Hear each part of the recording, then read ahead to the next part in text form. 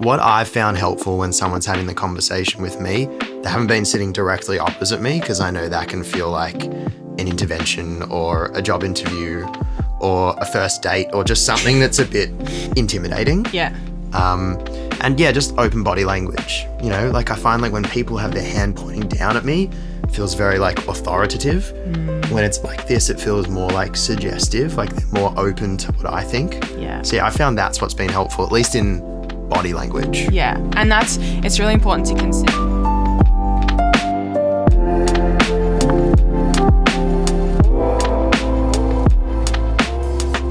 Hi, I'm Dr. Anastasia Horonis. I'm Nick, and we're the hosts of the Let's Talk Gambling podcast.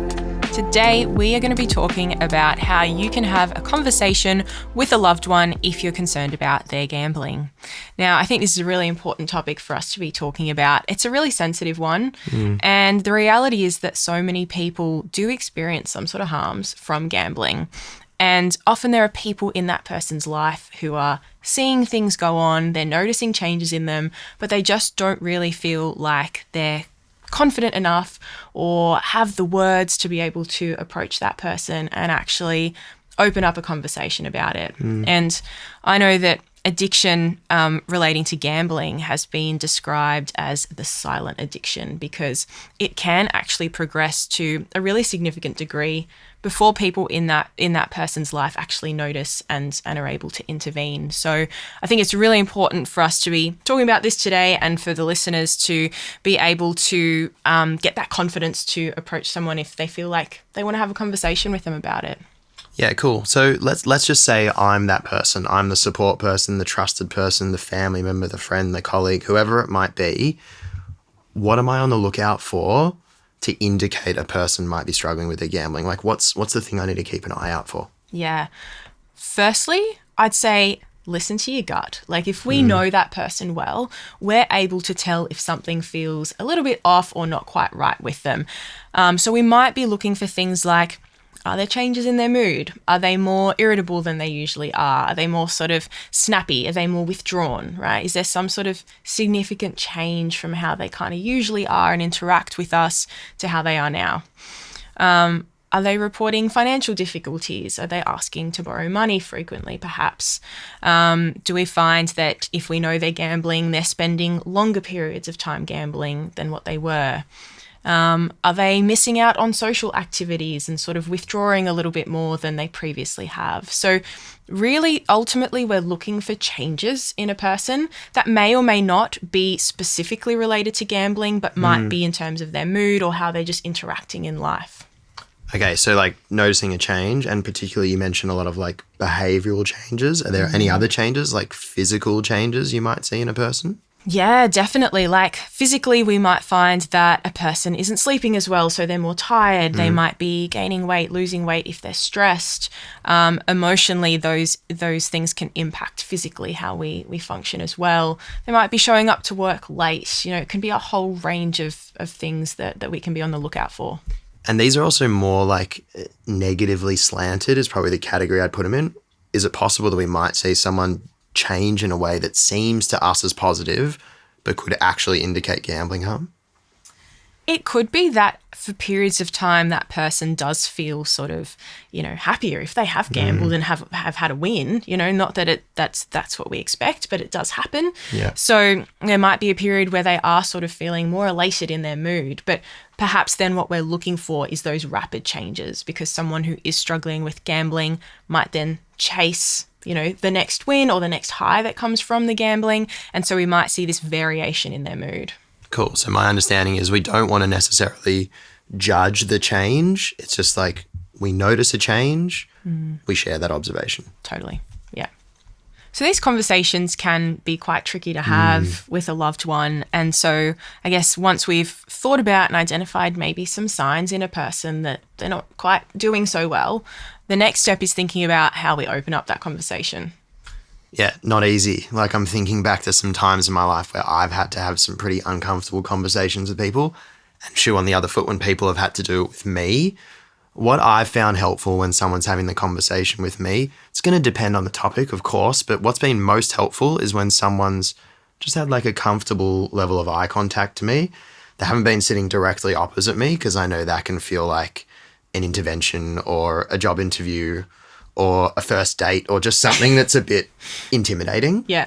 And yeah, just open body language, like I find like when people have their hand pointing down at me, it feels very like authoritative. When it's like this, it feels more like suggestive, like they're more open to what I think. Yeah. So yeah, I found that's what's been helpful, at least in body language. Yeah. And it's really important to consider like not just what we say, but how we're saying it, the context in which we have the conversation. So I don't recommend that people have that conversation with a loved one while they are gambling. Like that's not the time and the place to do it. Like find the moment where you've got a private, quiet space and you can really kind of embody that empathy and show that through body language and things like that. Yeah. And I feel like as well, it's got to be safe for both parties. Like, just because we're the support person having the conversation doesn't mean our needs aren't going to be met. Like they have to be met as well. Like we've got to make sure, I know within myself, like I've got to feel safe. I've got to feel comfortable in that setting, because if I don't, it's pretty unlikely the other person will feel safe themselves. Yeah, yeah. And the better that sort of comfortability can feel between the two people, I think the better the chances of success for the conversation going ahead. And really sort of like gentle opening kind of like phrases and remarks about what you've noticed in that person can be helpful. So we talked about some of those signs and symptoms before, even saying to someone like, hey, I noticed that, you seem like you're really tired lately. You haven't been sleeping so well. Is everything okay? Or, I noticed that you haven't been quite yourself lately. It doesn't even have to be super specific around their gambling, but just a gentle way to open that conversation to basically say to that person like, hey, I care about you. You can talk to me.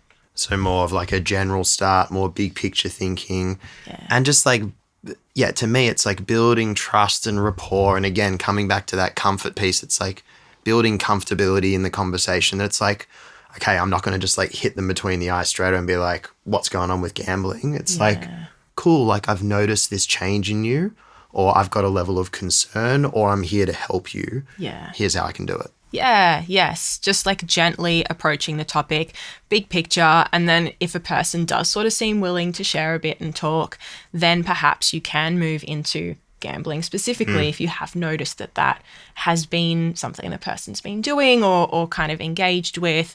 You can gently bring up questions around, do you feel like this has anything to do with gambling? Or I noticed you have been gambling a bit more. Has that got anything to do with how you've been feeling lately? So really coming from that kind of curious, inquisitive perspective, asking questions, sharing some observations and letting that person speak. Yeah, I like the point on letting the other person speak. Like, obviously, we don't want it to just feel like an interview where we go question, but giving them space to speak with some more open-ended questions about what's beneath the surface, how are they feeling, what's their emotional state of well-being, what have they been thinking lately, what's going on in their life. Yeah. And for me as well, what's really helped me when I've had conversations in this kind of realm is like the ability of the other person to go first and just be like, well, hey, actually, I've been having a bit of an average time lately myself, and giving me that permission slip to be like, oh, okay, cool. Like I'm allowed to talk about my struggle now. I don't feel like I'm just being interviewed and questioned. So trying to make it two-way conversational if possible. Yeah. Sharing vulnerability with ourselves allows other people to kind of open up and be more vulnerable as well. Yeah. And the other thing that I was thinking as well is that like, even if we as the individual or support person haven't experienced gambling harm, it's like the question I'd ask myself is like, how could I relate to you? If someone says like, yeah, I've been gambling a lot and I'm having struggle with finances and I'm feeling really stressed. It's like, cool, well, here's a time in my life when I actually felt really stressed or I faced financial pressure, so that it opens up the space for them to share as well. Yeah, totally. So it doesn't feel like completely one-sided and like it's just all about that person and what's going on for them. And I think when we are asking those questions, it's really just with that curiosity and desire to just really understand what's going on for someone. So the other thing to consider is that people don't always necessarily want to talk at that time. So we might give a loved one all the kind of phrases and skills and strategies to use to open up and have that conversation, but the other person may not always be ready. Like, have you ever had an experience where you've talked to someone and they actually haven't been ready or wanting to talk at that time? Oh yeah, I've faced a few brick walls in my time for sure. Yeah, I guess the thing that's helped me is like the macro view for me is like having a level of patience and also persistence. So patience in terms of like just meeting the person where they're at and recognizing maybe this, for whatever reason, isn't the right time, isn't the right place. Maybe I'm not the right person to have the conversation with them. Maybe I can help them find that person. So just kind of acknowledging where they're at for a start. And then the persistence piece is like, naturally people will be a bit resistant when they're talking about something that's uncomfortable. Naturally, they might be a bit resistant if it's the first time they've spoken about it. So I understand that. I've been in that spot before. For me, what's really helped in those situations is asking those open-ended questions and just being like, is there a reason like it feels uncomfortable to talk about this? You know, just getting to the nub. What's the key piece there? And then just continuing to offer that encouragement of, well, actually talking about it can be really helpful for X, Y, Z reason. Maybe I don't have a story, but maybe I could speak in like a de-identified way. Perhaps there's a person in my life and I'm like, well, hey, actually, I've got this friend and he was really struggling with his gambling, didn't want to talk about it, but as soon as he did, here's how it made him feel better. This is where he was, this is where he is now. Yeah. So actually speaking to kind of experiences where when people have talked about their gambling or what they're struggling with, it has actually helped. Yeah. Yeah. And I also feel like, not having more negative coping strategies as well, like not like threatening someone or lecturing them or making them feel guilty for not talking about it. Like, you know, we don't have to resolve the issue right then and there in that conversation. Maybe we just sow a seed and it's like, hey, I'm here for you as a family member, friend, colleague, support person, whatever it is. My offer to help you doesn't expire. Totally. We don't have to have this chat now. You've got my number. You've got my address. You know where I live. Let's have a chat in a week. Yeah. You know, maybe it's that. Yeah. I think the idea of planting that seed is so important and not to be underestimated by people.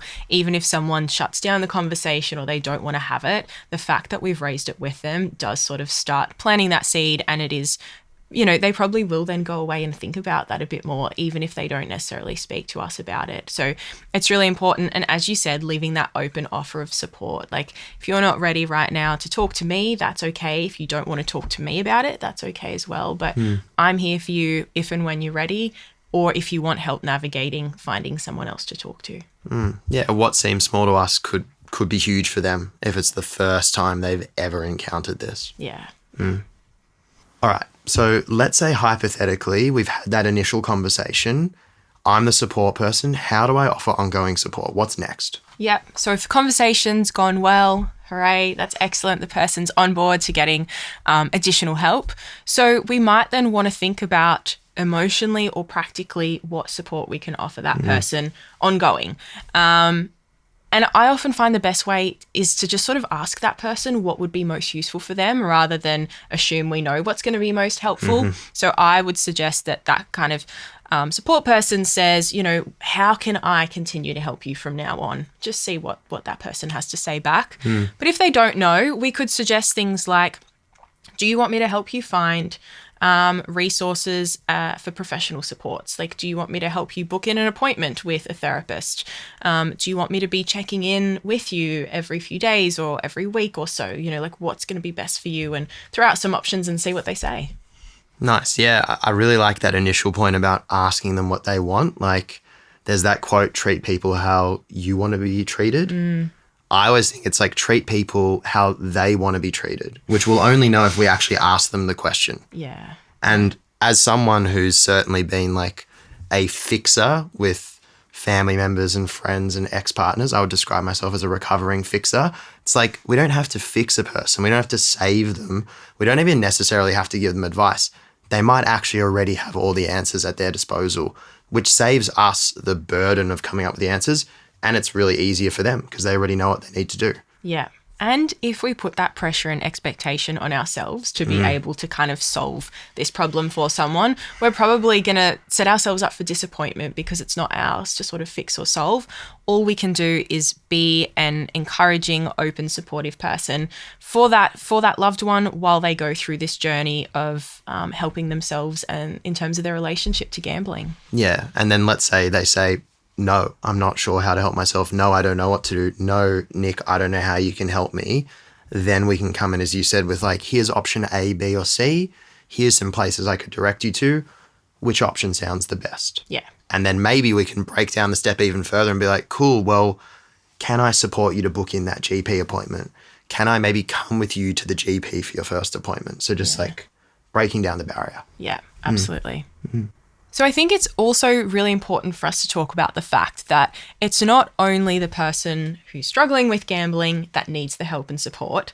Sometimes the support person needs support as well, and it's not uncommon for me as a psychologist to see family, friends, loved ones who come into the sessions because either the gambling has impacted them in some way, or they're just really concerned about, their family or friends, and they want to know what they can do to help them.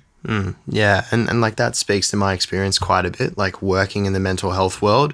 It's not that I'm a consumer and I've had personal mental health illnesses or disorders or crises. It's the people around me have. And yeah, being an ongoing carer to my mother through her mental health issues, and then also having a friend who had pretty significant psychological distress, which, really sadly led to her suicide. The journey that I've gone on is, firstly, reaching a place of acceptance within all of that, which is very tough. But also recognizing that as the support person, as the carer, as the family member, as the friend, there's got to be some stuff that I do to fill up my own cup. Because if I don't, if I can't sustainably help myself, I can't sustainably help anyone else. So yeah, that's the journey I'm on right now. Yeah. And if we feel like we have to be there for other people all the time, that can be a huge burden on us. And so we need to find those support channels, whether that's then being able to talk to other friends or whether it is, getting that professional support as well. Yeah. Yeah. And I feel like, historically, I've been really good at helping people with their issues. And I've also been really good at ignoring or suppressing or avoiding my own issues and instantly just going to help someone else so that I don't have to face it within myself. So yeah, this is speaking to me because this is something I know I really need to work on. And it kind of comes back to the concept of, we're our own harshest critic. I'll tend to put people ahead of myself because I'm scared to face those things within myself. Yeah, I think you speak to a really common experience that a lot of people have. And in the same way that we spoke about what are signs and symptoms to look out for in a loved one, we've got to be able to look out for those signs within ourselves, and not just specific to gambling, but emotionally, how are we tracking? Practice what we preach. Alrighty, so we've explored what it would look like to support a person in our life who might be experiencing gambling harm. Let's say we're the person experiencing gambling harm. First things first, like how do we notice that within ourselves? Yeah.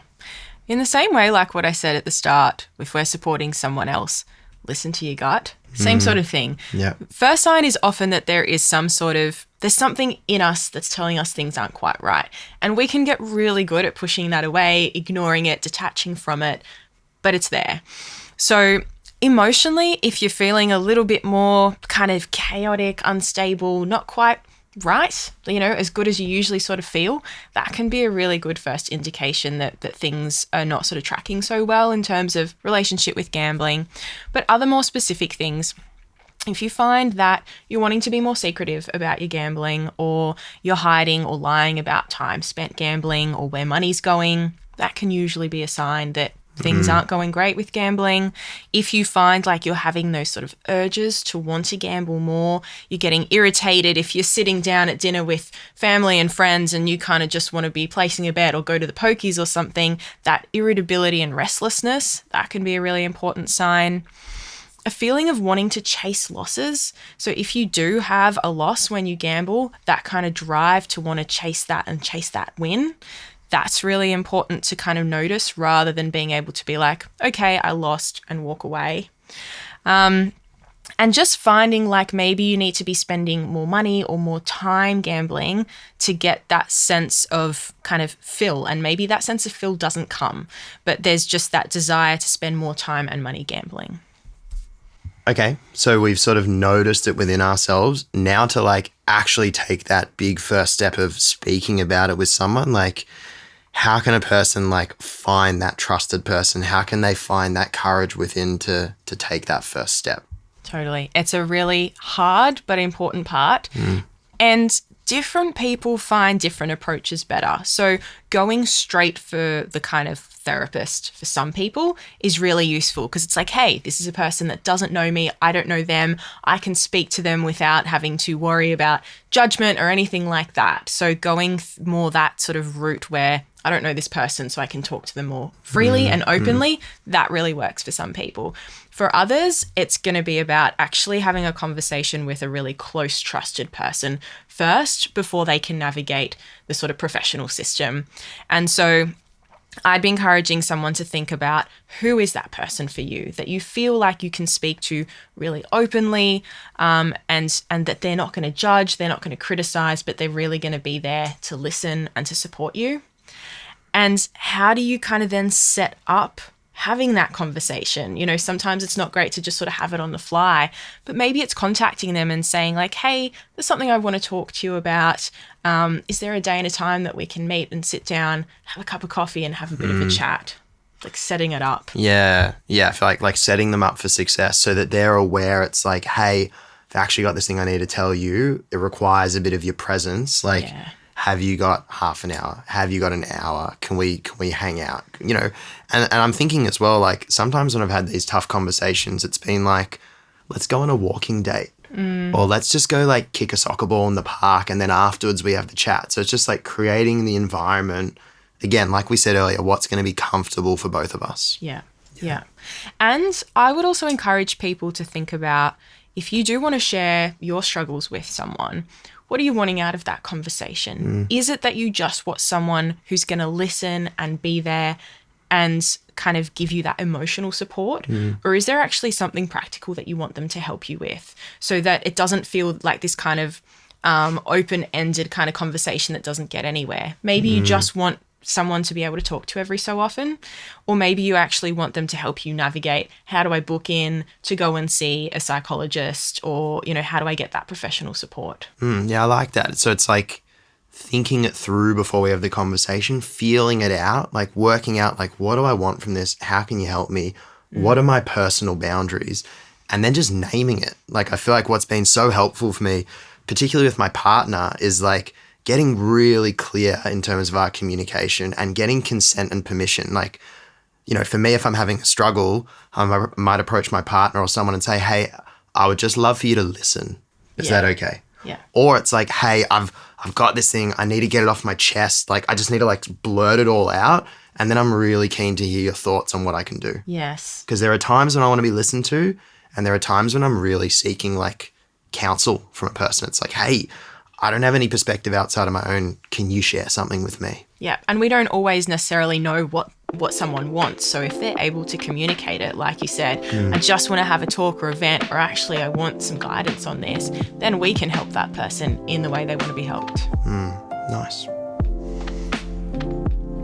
Thanks for tuning in to the Let's Talk Gambling podcast. We've spoken about how to have the conversation, really practical, really informative. Could you sum it up for us? What are some of those takeaways on what we can do? Yeah, so we've spoken about some signs and symptoms to kind of notice in someone if you are concerned about their gambling, how you can start a conversation with them. We really want to focus on building people's confidence here, how you have those opening phrases, what to do if the person kind of shuts down and doesn't want to talk any further, what to do and how to support them if they do want to talk and get additional help. We've also talked about how to support the support person, getting your own support and therapy if you need. And then finally, if you notice some of these signs and symptoms within yourself, how you can access support. Yeah, there's a fair bit there. So check out the Gamblers Help website if you want to learn more and get some more information. And we'll see you next time. See you next time.